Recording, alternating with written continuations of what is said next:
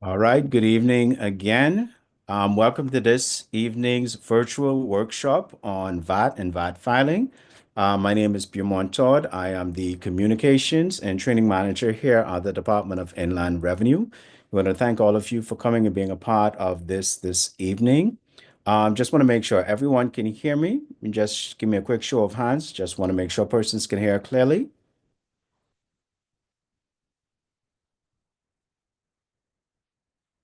Okay, awesome. So we want to start this evening off with a quick prayer, and then we will go into our presentation for this evening.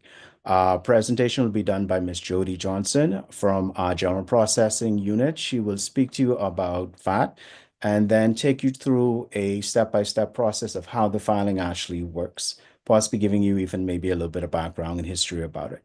So just want to start.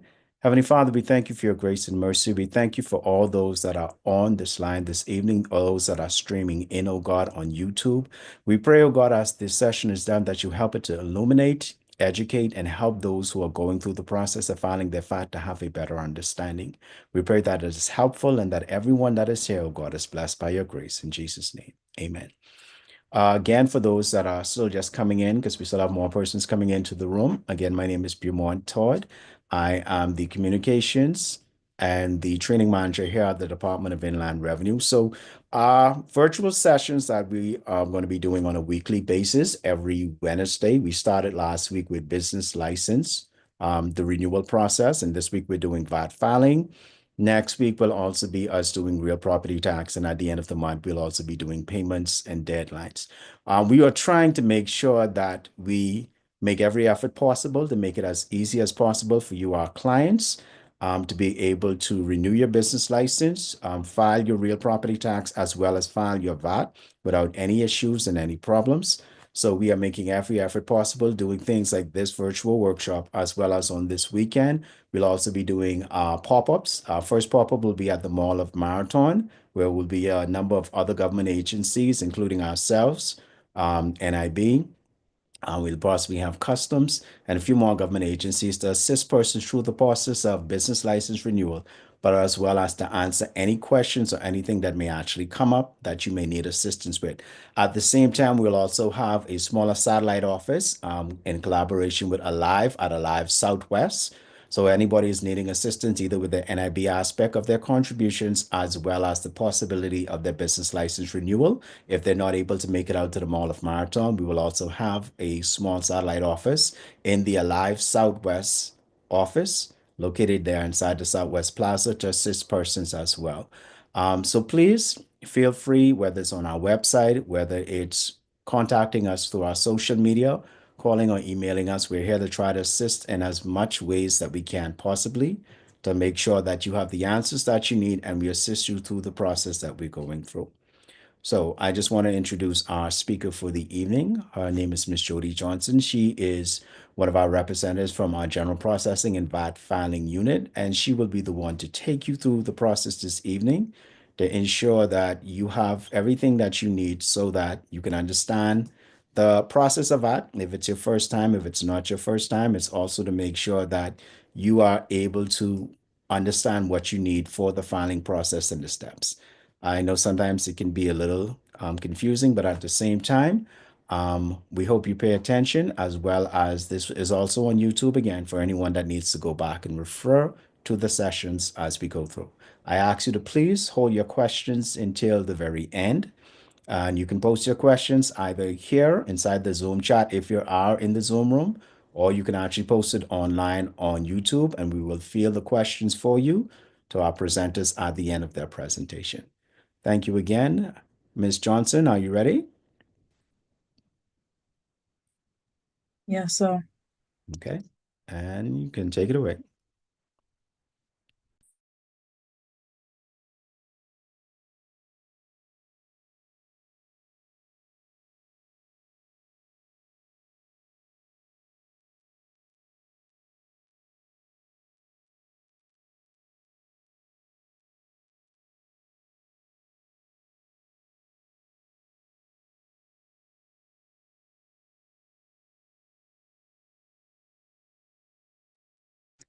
good night.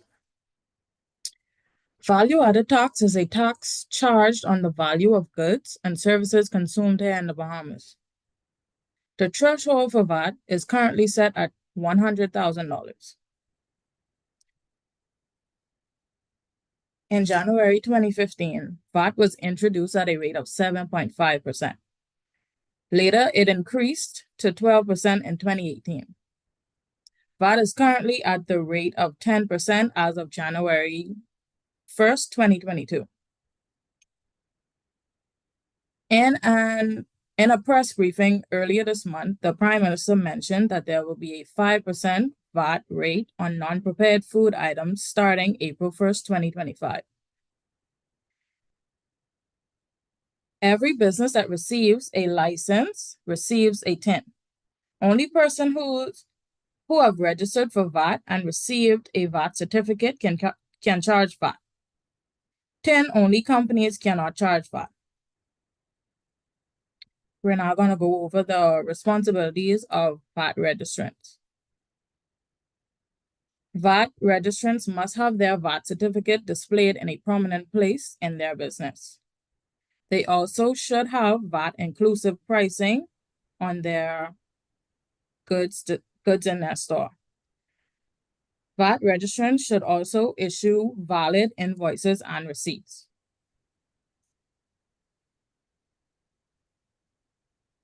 When it comes to valid invoices and receipts, we recommend that as you receive or issue invoices and receipts, we ask that you keep an electronic copy, as these receipts tend to fade over time. VAT registrants also are required to maintain proper accounts and records, and they are required to file accurately and on time.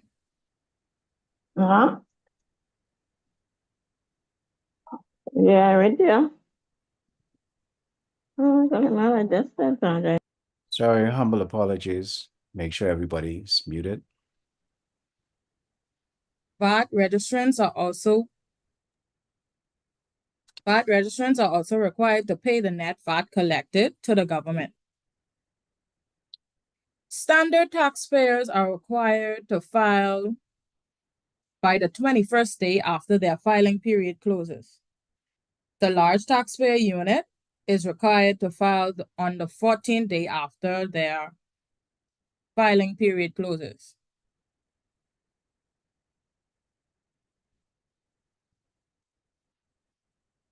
We're now going to go over the two accounting methods.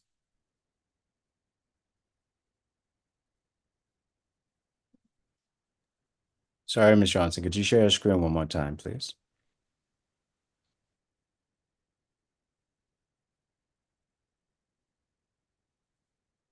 The two methods of accounting are the invoice method and the cash basis accounting method. The invoice method is the method of accounting that records revenue and expenses when a transaction occurs. That is when an invoice is issued. The cash basis accounting method is the method of accounting that records revenue and expenses at the time cash is received or paid out.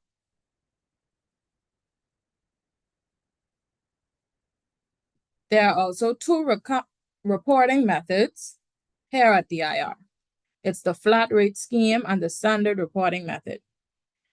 Those taxpayers on the flat rate scheme only report their revenue, and those on the standard reporting method, they report their taxable supplies and they are allowed to claim input VAT.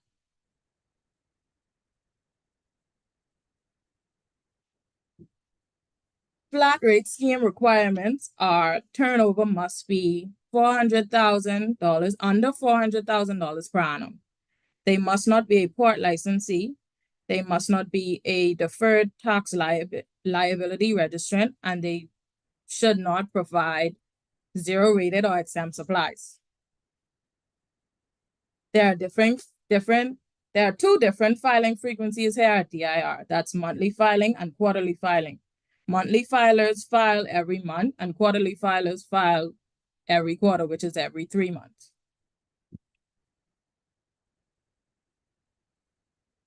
We're now going to look at the VAT equation, which is output VAT minus input VAT, and it either results in a VAT payable or a VAT credit. Output VAT is the VAT collected or charged on your sales. The input VAT is the VAT paid on purchases and imports.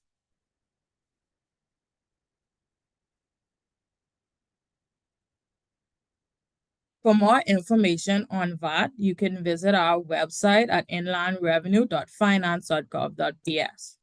We have a VAT tab on our homepage. You can hover over it and it displays everything there is to know about VAT.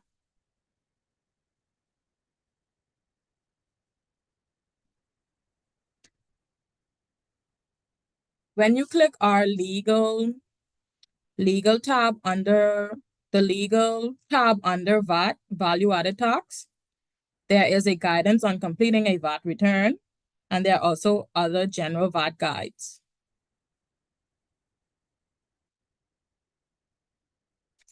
This here is a screenshot of the taxpayers portal when they first log in. It's on the home page now that displays an overview of the account. If you were to go to the inbox tab and you hover over it, you would see that there is a new message option, and you can also check messages that were sent. The My Tax tab is the tab where you go to see all your returns that are filed, payments that were made. It has a payment history option, and then you can go and make payments or amendments to any previous returns that you may have filed. The Returns tab is where you go to file returns and view past returns. We are going to come back to the Returns tab after this slide. The Profile tab, it just gives you an overview of all your personal information. And the Services tabs allows you to register for a new tax type, request a refund, or request a tax compliance certificate.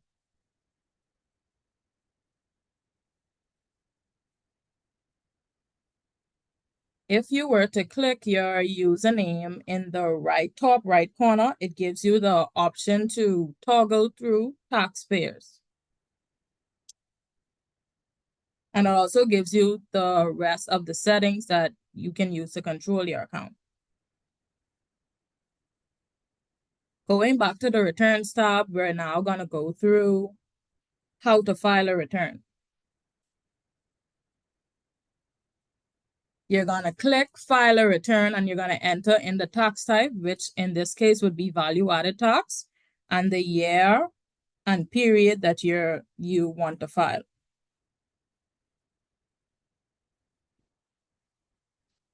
Normally, there are 5 lines that most taxpayers will use. It would normally be lines 4, 5, 17, 18, and 19. There are a few industries that use lines 1, 2, 12, 13, and 14. So we will go through those mainly used tabs. Line 1 is your zero rated supplies. Therefore, those would be items that aren't consumed here in the Bahamas. They would be consumed outside. So if a company is exporting an item to be used by a foreigner in the States or in London, those items would be zero rated. Line 2 would be your exempt supplies. These would be items that VAT isn't charged on. You can find schedules for lines 1 and 2 at the end of the VAT. I believe those are pages 98 and 99. Schedules 1 and 2 will explain those items. Line 4 is your sales inclusive of the VAT. So you will put all of the sales that you would have had, including the VAT amount, because line 5 will automatically calculate the VAT from what you put on line 4. Lines 12, 13, and 14 are for your imported items. So this is where you get into your expenses. 12 is for capital items that you might have bought that you imported. Line 13 is for any imports that wouldn't have been capital items. And line 14 is the VAT on those imports. An example, let's say you're doing a construction company and you brought in a tractor, and then you also brought in maybe some cement. The tractor, any fixed asset, you're accounting, that would be anything that maybe your accounting team would put depreciation on. That fixed asset of the tractor would come in on line 12. And then those other imports, such as cement or maybe fencing, along with the customs processing fee, would go on line 13. The VAT of those items would go on lines 14. Those lines do not include the VAT in 12 and 13. The VAT goes separately on line 14 because unlike with line 5, that is not auto-calculated. The other three lines, 17, 18, and 19, these are the lines that people will use more often as opposed to the importing lines. These are for domestic purchases. So these are things that you bought here in the Bahamas. Line 17 is going to be, again, capital items that you bought here. So for that construction company, if they bought that tractor locally instead of importing it, that would be line 17. Again, exclusive of VAT. Line 18 is going to be that same cement and fencing that they might have bought here. Maybe they went to JBR or Tops. They would put that in line 18, and line 19 is the VAT on those items. Most of the other lines of the return are auto-calculated, but you can find a full guidance, again, on that same legal tab from our website. It goes through each line step by step, but the main lines that are used are going to be 4, 5, 17, 18, and 19.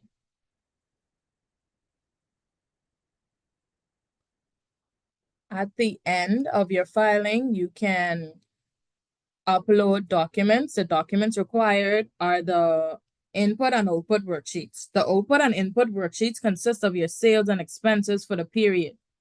When we look at these, here are sample output worksheets and input worksheets. We mainly look for invoice numbers, TINs, dates, vendor name, subtotal, VAT, and the total of everything together. So these would be sample input worksheets and output worksheets. You would submit these input and output worksheets under this additional documents section. And then you would submit. You would click the declaration box, and which just states that everything you submitted is true and correct to your knowledge, and then you click yes to submit the return.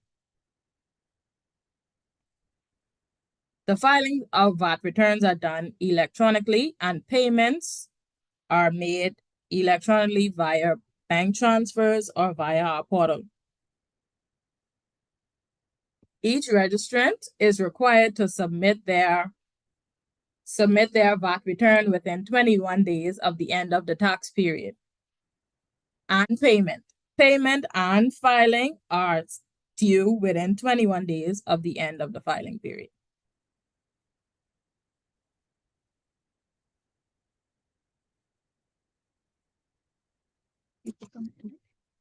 Thank you for listening to the presentation. We'll take any questions that you have now. Thank you so much, Ms. Johnson.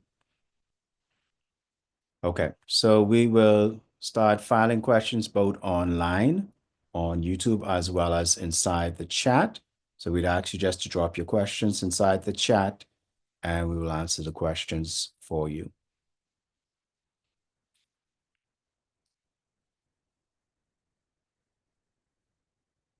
Okay, saying good evening, trying to upload the customs. Regarding application of credits, kinds, they are asking if you could explain the process.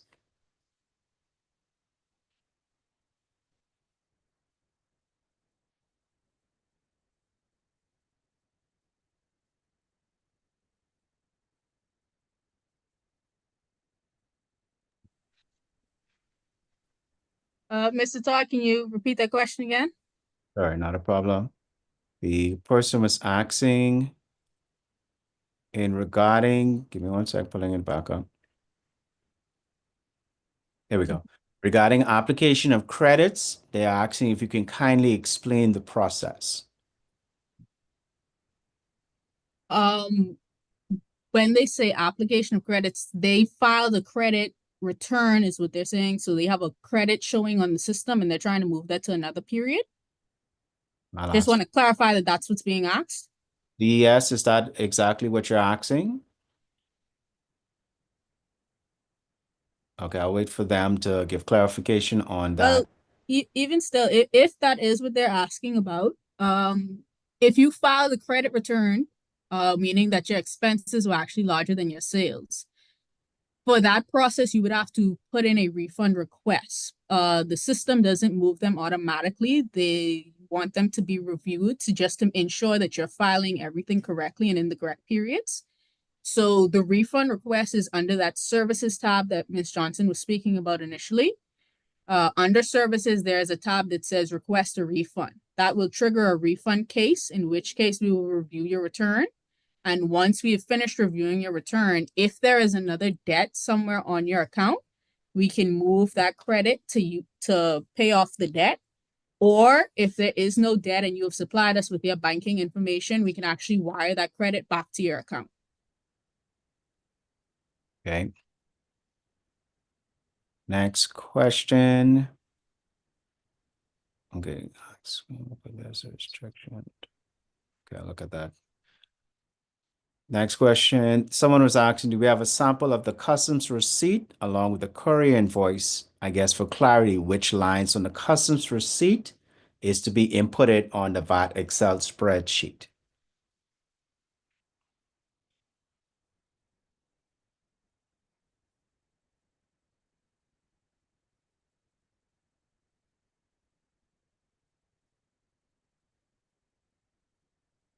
Okay, Ms. Johnson?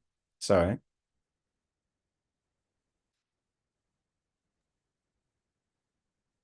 There's a VAT guidance on accounting on the website. I believe it is under our legal tab, the very top section about VAT guides. It shows the customs receipts and the lines you would use. I do believe that the customs receipts, however, come with a top page that normally tell you the VAT on item, processing fee from customs, VAT on processing fee. It normally breaks those items out for you on the first page, but there is a guide that can go line by line, showing you the different customs receipts. Okay, I will take that and drop that also into the chat so persons will be able to have access to that as well. That shows the step-by-step guide for the line. So we'll drop that before the end of the session as well. Okay. Next question. So based on the presentations, there are no actual invoices that need to be uploaded to the additional documents tab, only the input and output worksheets. That's what the person is asking. When in the part where it says submitting documentations, it has optional because it does not stop you from submitting the return. However, the act does speak that you should submit the supports for us to review. Normally what happens when we do a review, we will start, if you get reviewed, audited, if you have an amendment or if you do a refund, the first thing we will ask is for those input output worksheets and your customs documents. It's protocol that we get those first so that we can actually see the different sales and expenses you have. For some of our businesses, like those that make over 5 million in turnover, we may not require you to present all of those invoices and receipts. For smaller businesses where we can go through all of them very quickly, we may just ask for all of the invoices and receipts. But we normally start by saying to send in the input and output worksheets, simply because in a lot of cases, we can go through based on what your taxable activity is and say, okay, these businesses seem to be legitimate for what you're doing. These items seem to be legitimate, and we may just pick out a few of those invoices to review if you're doing an amendment or if you're doing a refund or a review. If you get audited, they may request that you send in all of those invoices, but a lot of times people will tell us it's a lot for the system to take, it's over the bandwidth. So we normally tell people to start off with the input-output worksheets and the customs documents because those are required for all review sections. Those documents are required for us to start the review of your accounts. So we normally require those first. But we do say to keep a electronic copy of all your invoices, just in the event that someone from audit comes and they wish to go through all of them, you'll have them on file, but they're not always requested at every stage. Okay. Next question, someone is asking, as a VAT registrant, they want to know if they have to charge VAT on everything. Yes, as a VAT registrant, you would charge VAT on everything unless you're maybe an insurance company and stuff like insurance interest, which is an exempt from VAT supply. Again, you can check the guides and the schedules at the end of the VAT Act for those exempt and zero rated. Like we said, items going outside of the country, those would be zero rated, but everything that is expected to be consumed here in the Bahamas as a VAT registrant, yes, you charge VAT on it. Okay. Next question. We have someone who's a new VAT registrant and they're asking when their business makes a payment on expenses, does their receipt have to include their TIN and their name? That's the first aspect of the question. And then the second is, are there any known exceptions where vendors do not accommodate this? What question are we even at? Can you repeat the question?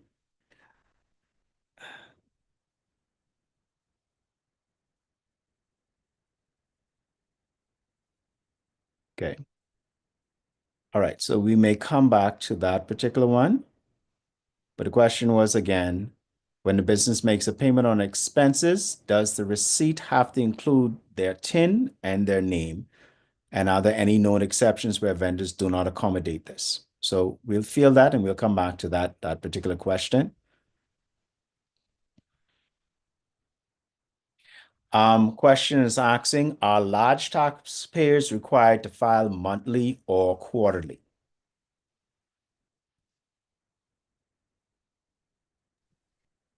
My apologies, Ms. Johnson. All right. Okay, hello? Yes. All right. Do you want me to go back Okay, to the previous the question or this one? we have the previous question up. The act does say that you need to include your TIN and name on all your receipts and any invoices that you send out, as well as any receipts that you do for expenses. There is a guide about invoices on the website as well. I do not know of any exceptions to this, to my knowledge, but maybe that's something we need to pitch to the legal team. But as far as I know, TIN and name must be included on all of those invoices, whether from a sale that you're giving out to a taxpayer, to a client, or from an expense that you bought for your taxable activity. In regards to the large taxpayers, large taxpayers file monthly and on invoice method. Especially those that are a part of the large taxpayer unit, they have to file in the invoice method. Most other people who are not large taxpayers, after 2 years, can request to change from invoice to cash or monthly to quarterly. There is a form that they fill out that is also on our forms. If you go to VAT and you go to forms in 2015, I believe it is forms 43 and 44, where they can request that change. Large taxpayers cannot. Okay. Just remind us again about the dates for the deadlines, please. It is the 21st for all registrants to file and pay. But if you are a part of the large taxpayer unit, you would have received a letter from that unit saying you were selected for that particular unit. Your filing and payment deadline is the 14th.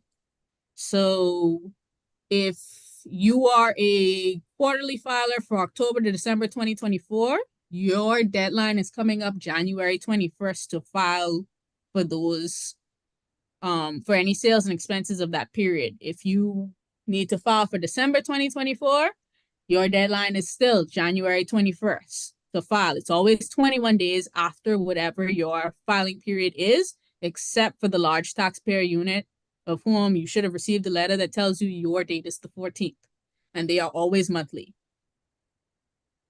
Okay.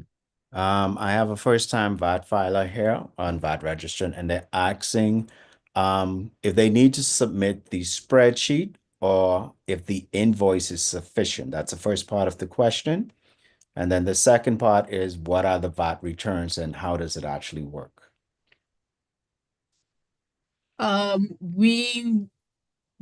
We recommend that you submit the spreadsheet because again, the initial thing that we're looking at is your vendors, whether they charge the right VAT percentage and whether the total of those invoices is actually tallying up to what it is that you put on your lines, which is why we normally say to start by sending us that spreadsheet first. Return is basically just the filing of what your sales and expenses were for that period. It tells us whether or not your expenses were higher than your sales and what VAT you need to remit to the government. Next question for a small construction company that do not have product sales, what should be inputted online for? A small construction company that doesn't have product sales, is that what you just said, Mr. Todd? That's what I said.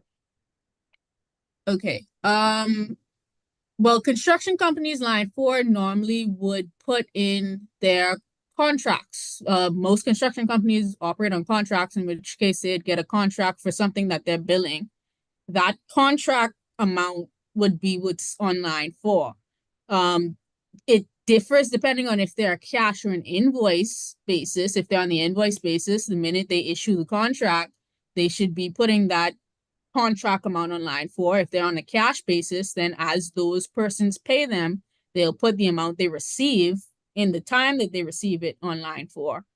But line 4 is just your taxable sales. So any taxable activity you have, you put it on line 4. Okay. Next question. Okay, someone is asking about the TCCs and they're asking why are the TCCs only issued for a month period or a quarterly period as opposed to annually? I believe that was a limitation that the new Zephyr system put in. I wouldn't be able to fully advise on why they are no longer annually. It could be that they put them in to just verify that you were keeping up with your payments, but I would not have the answer to that question at this time.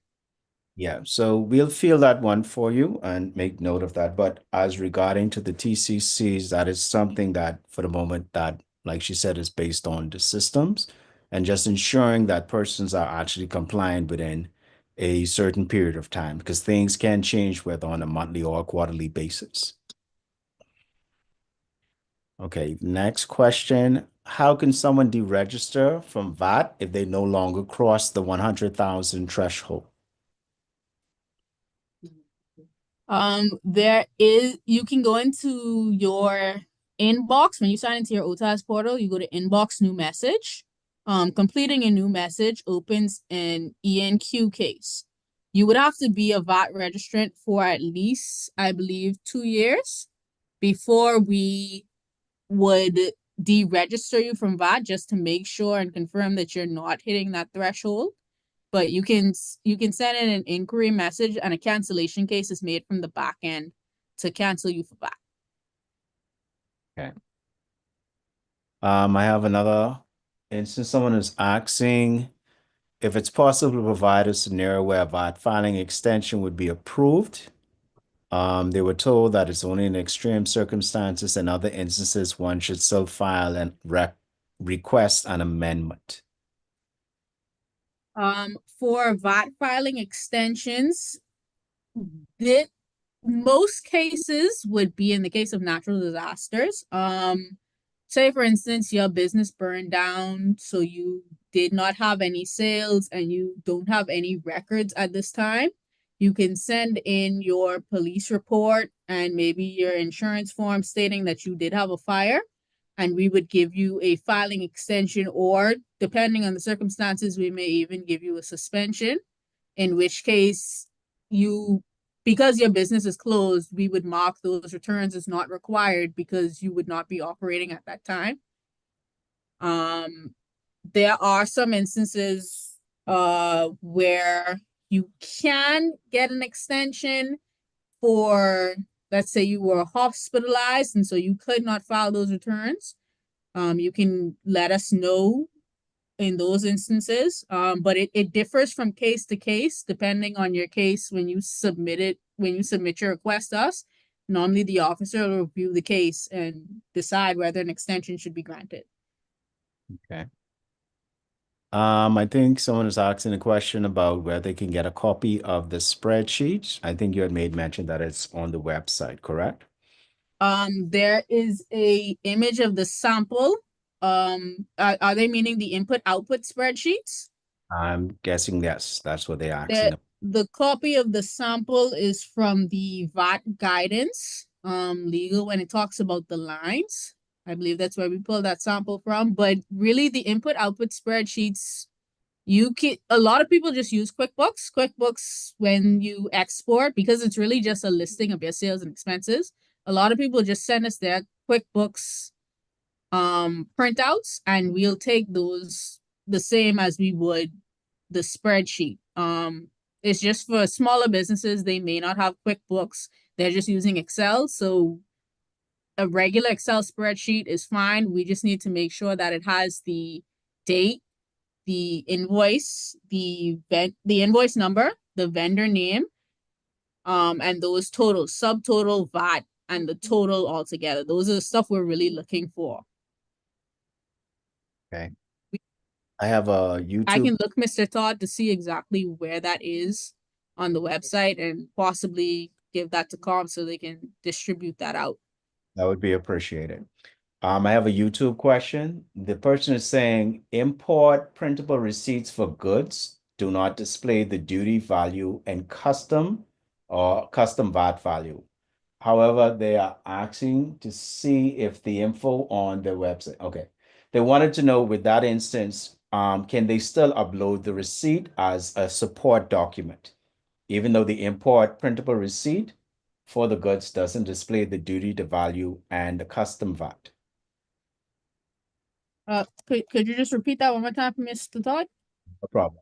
The question is, they're saying that the import printable receipts for goods, it doesn't display the duty, the value, and the custom VAT. They want to know, is it still possible to still upload and use that receipt or that particular receipt as a part of their support documents? Yes, normally customs would give you what they call a single administrative document that should have at least the customs processing fee and the VAT on the item and their processing fee.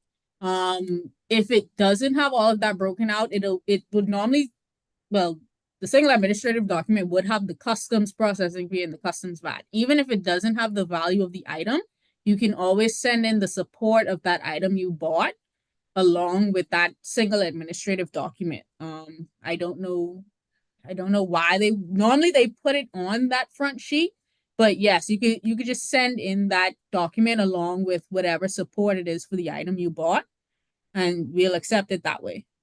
The other document you mentioned, would that be something they would have to request of customs outside of the normal receipt that they would get from customs?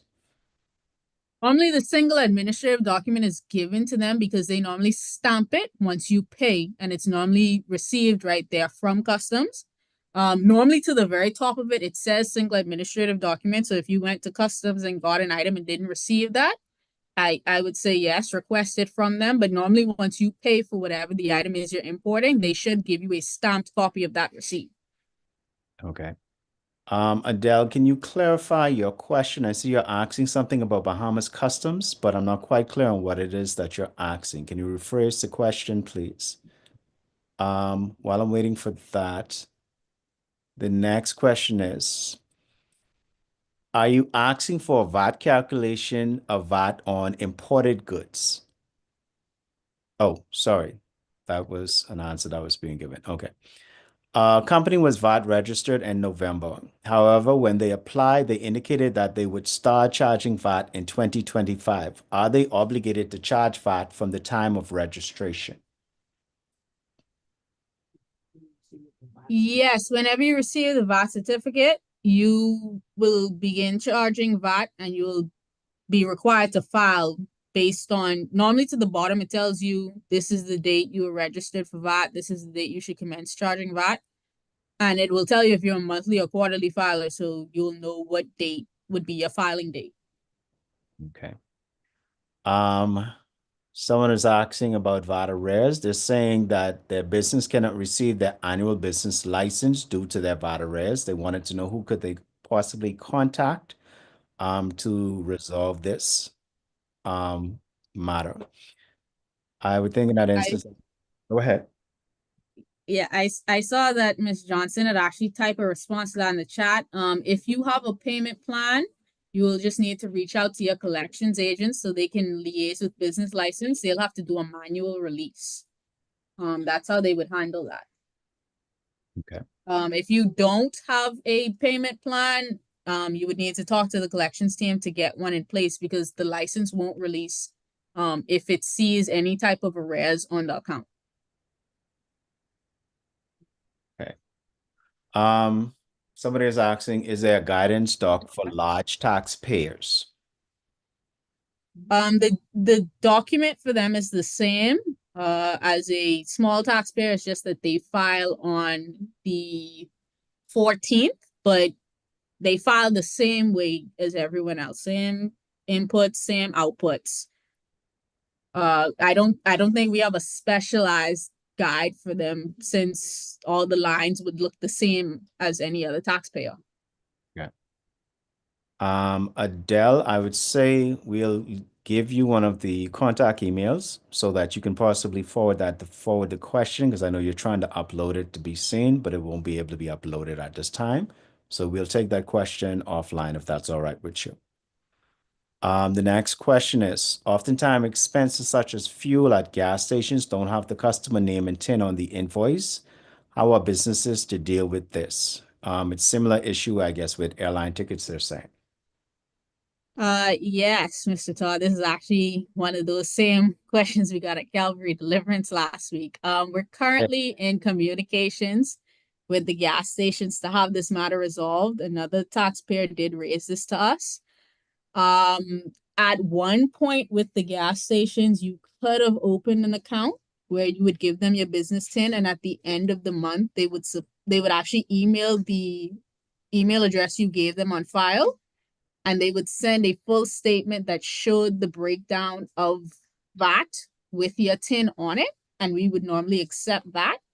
We were informed that it seems that some of the gas stations, because of the different owners, weren't fully on those statements. So that is something that the department is looking into.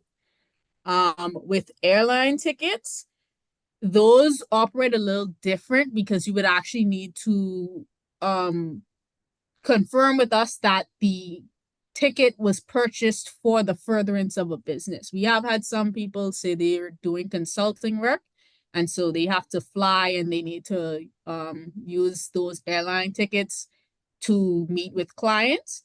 As long as you can verify that those tickets were actually used for the furtherance of the business, for the taxable activity of the business, we will normally still allow you can submit those actual receipts for the ticket in with your supports. Okay. I have a YouTube question. The question is, if you bring in items through a shipping company, do you use their information for line 13 for the custom processing fee? Yes, you use they should give you a receipt as well where they give you their processing fee and the VAT on their processing fee. Those would go on 13 and 14. Okay. This is a question about penalty fees. So last January 2024, the portal was freezing. They contacted the customer service to share the error and provided a company name, and the associate said that the VAT registrant would have to pay because of the new platform change.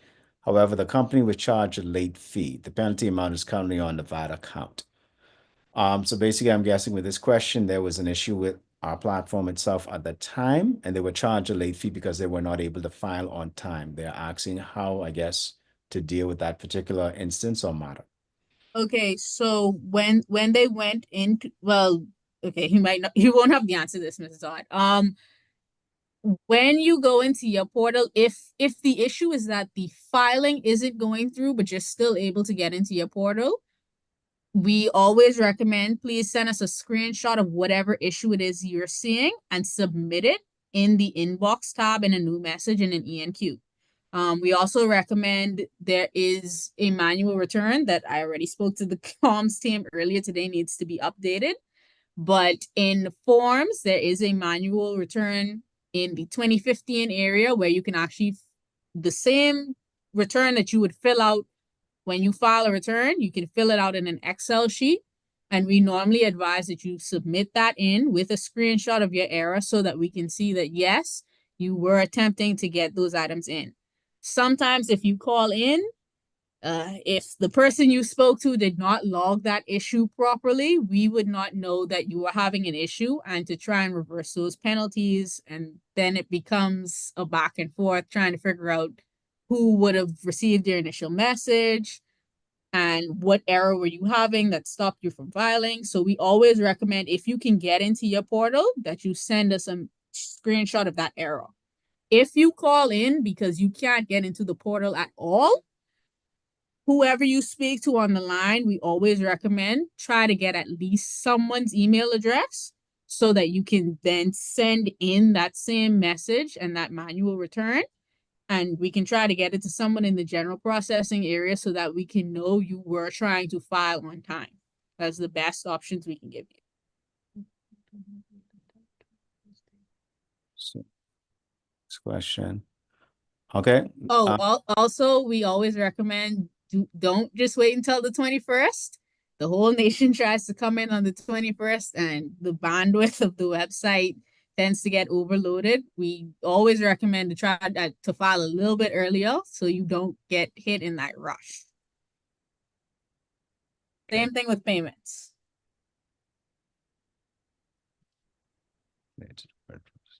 Okay, Adele, I would recommend in your instance, because I'm looking at the question that you're sharing about the screenshots in the ENQ, that you contact us on the tax inquiries email. I'll drop it inside there, as well as a contact that you can reach, so we can look into that for you.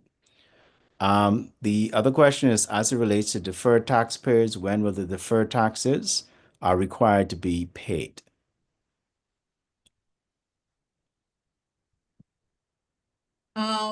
Normally there's an officer who reviews the deferred tax liability program. We would have to liaise with them to verify how that is monitored. Normally they inform the people in that program as they're going through the different accounts. So I wouldn't be privy to that information at this time. Okay, quite understandable.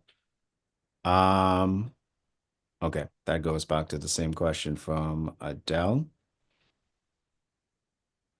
And somebody had asked about a spreadsheet. Let's see. Okay, that seems to be all of the questions we have for the moment. Let me just check. Okay, another question from YouTube. What are the commonly accepted input goods and services on the worksheets?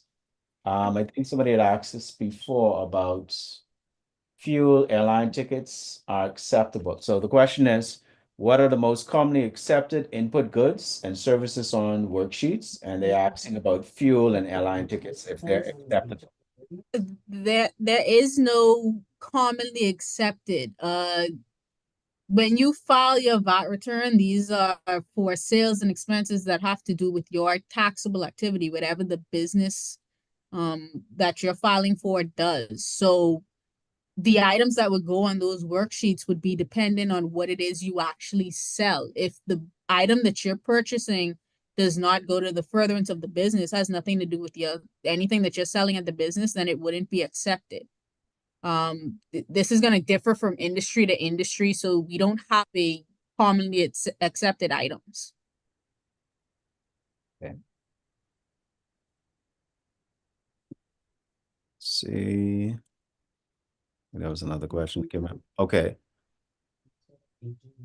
So the question is, when will the agent and principal business transactions be addressed, exempting businesses from paying VAT on procurements for a principal related to the zero-rated activity. For example, if the principal did the transaction directly with the local vendor, it would have to be zero-rated, but local B2B attracts VAT. Oh, I Okay. I believe we'd need to get this person's email address because I wouldn't have the answer to that at this time. I think that might actually be something that So, management and legal team is looking at.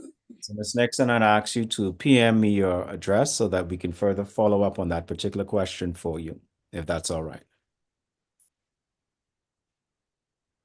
Okay, we have about 4 minutes left. We have enough time for possibly maybe one, maybe two more questions at the same time. Hold on. Good evening. What key points would you give a first-time business as a good practice to make the filing a return, I guess, as efficient as possible? Could you repeat that question from Mr. Todd? Sure. Good evening. The question is, I guess, what key points would you give for a first-time business as a good practice to make their filing as efficient as possible? Uh, the best thing I could say is just to keep good records. As long as you are keeping a spreadsheet or a POS system for all your sales and expenses, you should be fine. It's just about all the return is you recording what your sales are, what your expenses are. So as long as you're keeping up to date with all your receipts, you should be fine. Okay. Yeah, scan as you go because a lot of those receipts do get faded over time. So make sure you keep an electronic copy. Okay. I think that this will be the next question is for are expenses such as food for business meetings acceptable to be included in the VAT return? Uh, no, those are not accepted in your VAT return.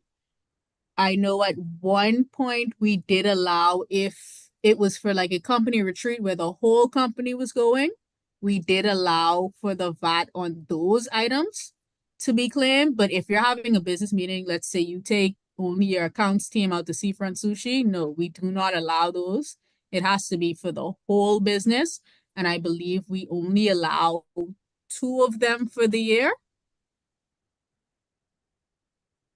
Okay.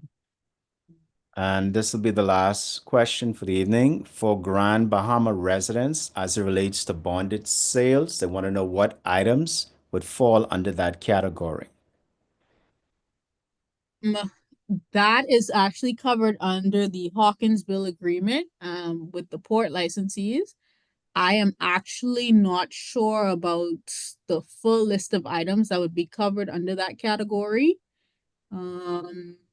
Is it we might need to take this person's email, Mr. Todd. I'm not sure if that's actually covered in the actual Hawkins bill, if they actually state those items or not. We'd have to check back with the legal team. Okay. I would ask you to do the same thing then, please. Just PM your email with your question, and we'll be sure to follow up with you on that. Ladies and gentlemen, we thank you so much for your time this evening and spending time with us. Could you stop sharing for, please, Ms. Johnson?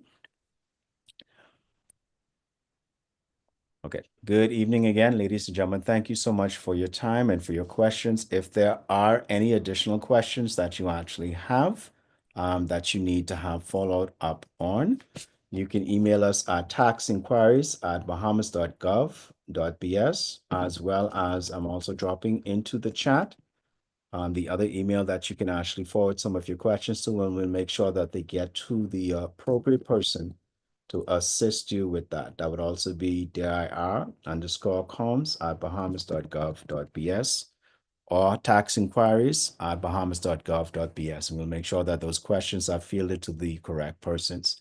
We've also dropped into all of the chats a feedback form. We are trying to improve the service to make sure that we are providing the appropriate and correct information for everybody as we are doing these sessions. And we like to improve as much as possible to be a great help to everyone and all of our clients. So please take the opportunity and the time to fill out the feedback form for us as well. Just a quick reminder again, we are having another session next week where we will be dealing and talking about real property tax, but the business license renewal process as well as the VAT filing will be on our YouTube at DIR Bahamas, where you can follow up. And if you have additional questions, please feel free to reach out to us. As well as this weekend and next weekend, we are also having pop-up events at the Mall and Marathon, as well as at Live Southwest. At a Live Southwest, if you have any business license related matters, we'll have a team there as well as NAB will be there. And in the mall, we'll have a fuller team where you can get assistance. We are also looking at the Family Islands, where we'll also be doing some extended hours with our offices for Grand Bahama, Eleuthera, and actually Abaco, whereas on Saturday, the 18th and Saturday, the 25th, the offices will be extended until about 10 to 3 on Saturdays, where if you do need assistance with possibly the business license renewal process, even the VAT filing aspect, we will have teams that will be able to assist you.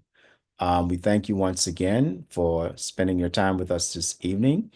And if you again have any additional questions, we ask you to please email them to tax inquiries at bahamas.gov.bs or as well as dir_comms at bahamas.gov.bs, and we'll be happy to assist, as well as you can call us on 225-7280. Thank you once again, ladies and gentlemen. Please have a good, a blessed, and a wonderful evening.